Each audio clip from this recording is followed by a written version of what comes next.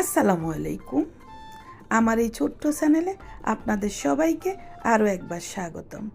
আজ আপনাদের সাথে শেয়ার করব খুবই মজার একটা রেসিপি।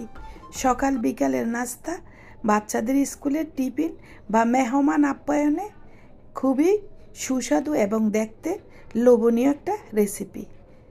তাহলে কথা না বাড়িয়ে চলুন মূল রেসিপিতে। আজকের রেসিপিতে কি কি লাগছে: ডিম, সুজি, ময়দা, চিনি, ঘি, লবণ, বেকিং পাউডার। আমি একটা কাঁচের জার নিয়েছি, আপনারা যে কোনো পাত্র নেবেন।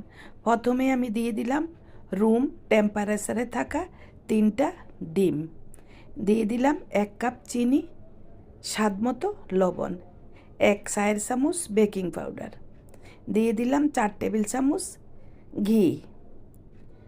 আপনারা চাইলে